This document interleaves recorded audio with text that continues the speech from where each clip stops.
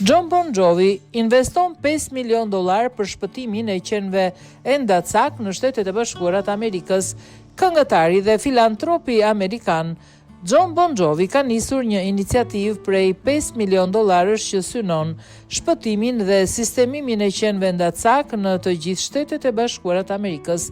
Projekti përfshin ndërtimin e strehimoreve, financimin e trajtimeve mjekësore për kafshët dhe mbështetjen e proceseve të adoptimit me qëllim gjetjen e shtëpive të përhershme për qenë në nevojë. Nisma vjen në një kohë kur ndërgjegjësimi për mirëqenien e kafshëve është në rritje, duke theksuar nevojën për sisteme të qëndrueshme mbështetje.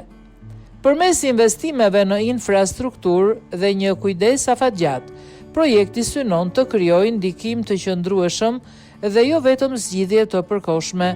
Ndonse iniciativa ka tërhequr vëmendje të gjerë publike, shtrirja dhe efektiviteti i saj do të varen nga zbatimi konkret në terren.